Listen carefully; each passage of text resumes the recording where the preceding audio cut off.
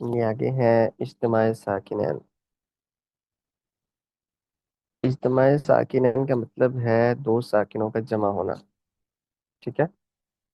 اجتماع ساکنین لغوی معنی دو ساکنوں کا جمع ہونا، اصطلاحی معنی دو ساکنوں کا ایک کلمہ یا دو کلمہ میں جمع ہونا۔ لغوی معنی سمجھ لگی ہے، دو ساکنوں کا جمع ہونا، اور اصطلاحی معنی دو ساکنوں کا ایک کلمہ یا دو کلمہ میں جمع ہونا۔ اس کی دو قسمیں ہیں، اجتماع ساکنین علی حدی اور اجتماع ساکنین علی غیر حدی۔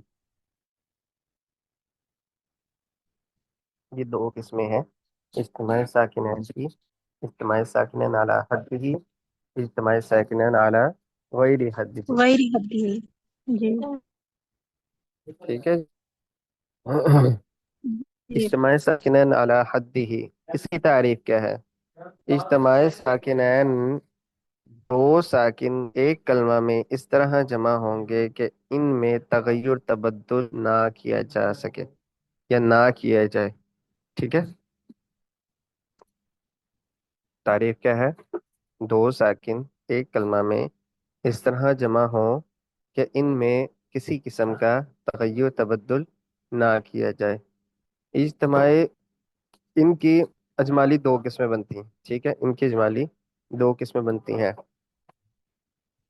پہلی کہ دو ساکن ایک کلمہ میں جمع ہو، پہلا ساکن حرف مدہ ہو اور دوسرا ساکن اصلی ہو یا عارضی ہو۔ یہ دو باتیں نا الگ الگ ہیں، ٹھیک ہے، لیکن ابھی انہوں نے مطلقاً طور پر بیان کر دی، نیچے دوبارہ بیان کریں گے تفصیلی قواعد کے اندر تو ان کو الگ الگ کر دیں گے۔ تو دو ساکن ایک کلمہ میں جمع ہو، پہلا ساکن حرف مدہ ہو اور دوسرا ساکن اصلی ہو، یا پھر اس کے بعد دوسرا ساکن عارضی ہو، یہ بات الگ ہے، ٹھیک ہے۔ جیسے آنا، یہ ساکن اصلی کی مثال۔ اب یہ دو ساکن ایک کلمہ میں اس طرح جمع ہے کہ پہلا ساکن کیا ہے؟ آل آنا حرف مدہ ہے، دوسرا ساکن کیا ہے؟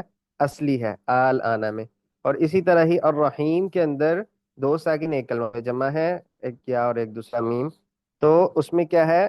پہلا ساکن کیا ہے؟ حرف مدہ یا آ گیا، اور دوسرا ساکن کیا ہے؟ دوسرا ساکن آ گیا عارضی، ٹھیک ہے۔ آپ کو پتا ہے نا الرحیمی ہے، یہ تو ہم وقتی طور پر خود اس کو ساکن کہہ رہے ہیں نا، الرحیم پڑھ رہے ہیں، یہ خود ہم نے ساکن کیا، تو یہ ساکن عارضی ہے۔ یہ آپ کو اصلی اور عارضی کا تو پتہ ہی ہے، آپ کو پیچھے مدوں میں بھی آپ نے پڑھا، یہ وہی بات ہے۔ تو قاعدہ کیا ہوا؟ پہلا کہ دو ساکن ایک کلمہ میں جمع ہو کہ پہلا ساکن حرف مدہ ہو، دوسرا ساکن اصلی ہو یا عارضی ہو، تو ان میں کسی قسم کا تغیر تبدل نہیں ہوگا، ٹھیک ہے، ان کو اسی طرح ہی پڑھیں گے۔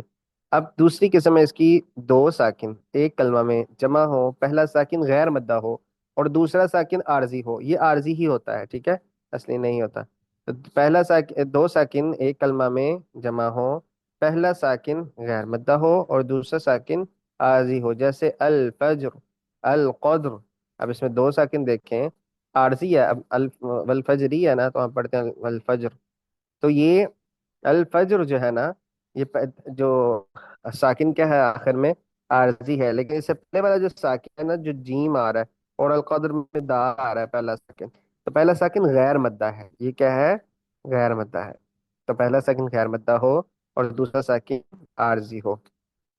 چلیں جب اس کے عارضی ہے۔ تفصیلی قواعد میں چلتے ہیں، تفصیلی قواعد میں نا ان تینوں کو الگ الگ کر دیا، کوئی فرق نہیں کیا، صرف اس میں ان کو جمع کیا تھا، ان کو الگ الگ کر دیا۔ کیسے؟ آپ دیکھیے گا، دو ساکن ایک کلمہ میں تفصیلی قواعد میں پہلی قسم کا قاعدہ کیا ہے؟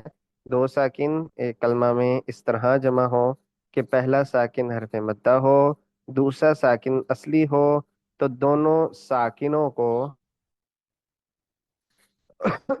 دونوں ساکنوں کو وقفاً وصلاً باقی رکھیں گے، دونوں ساکنوں کو وقفاً وصلاً باقی رکھیں گے، جیسے آل آنا، ٹھیک ہے، آل آنا، اور اسی طرح ہی دابتین، یہ دونوں ساکن کیا رہیں گے؟ قائم رہیں گے، کیا رہیں گے؟ قائم رہیں گے، چاہے ان پر وقف کیا جائے چاہے وصل کیا جائے۔ آل آنا میں کسی قسم کا تغیر تبدل نہیں ہو رہا، جس طرح ہم نے پڑھا ہے اسی طرح ہی